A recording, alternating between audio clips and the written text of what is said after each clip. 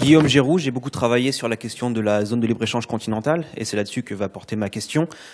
Cette zone de libre-échange prévoit la libéralisation du commerce des services financiers. Alors, pour commencer, est-ce que vous pensez que cette zone de libre-échange a le potentiel de faciliter l'accès des PME africaines au financement? Et si oui, quel type d'engagement les États qui négocient cet accord devraient prendre pour pouvoir libérer ce potentiel? Qui veut répondre là-dessus? Pas évident. Est-ce que ça pourrait concerner jusqu'aux PME dans leurs besoins en financement? Qui veut répondre? Oui.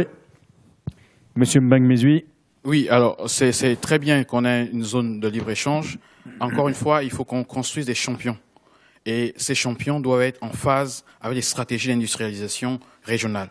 Pas des petites stratégies d'industrialisation par pays, mais au niveau régional. C'est quoi la stratégie d'industrialisation dans la CEMAC, dans la CEDEAO? On veut être champion dans quoi? Et lorsqu'on a défini cela, on a ces champions, tout l'écosystème de PME accompagne cela et les pouvoirs publics aussi sont là pour faciliter les financements cross-border entre les pays et bien sûr toute la gamme des instruments financiers dont nous venons de parler. C'est vraiment une opportunité parce que en termes de débouchés, c'est énorme. En termes d'expertise, transfert d'expertise d'un pays à un autre, c'est énorme. En termes de moyens de paiement, c'est aussi énorme, donc je ne vois que des opportunités. Et je pense que c'est le moment, effectivement, de s'implanter dans ces pays-là.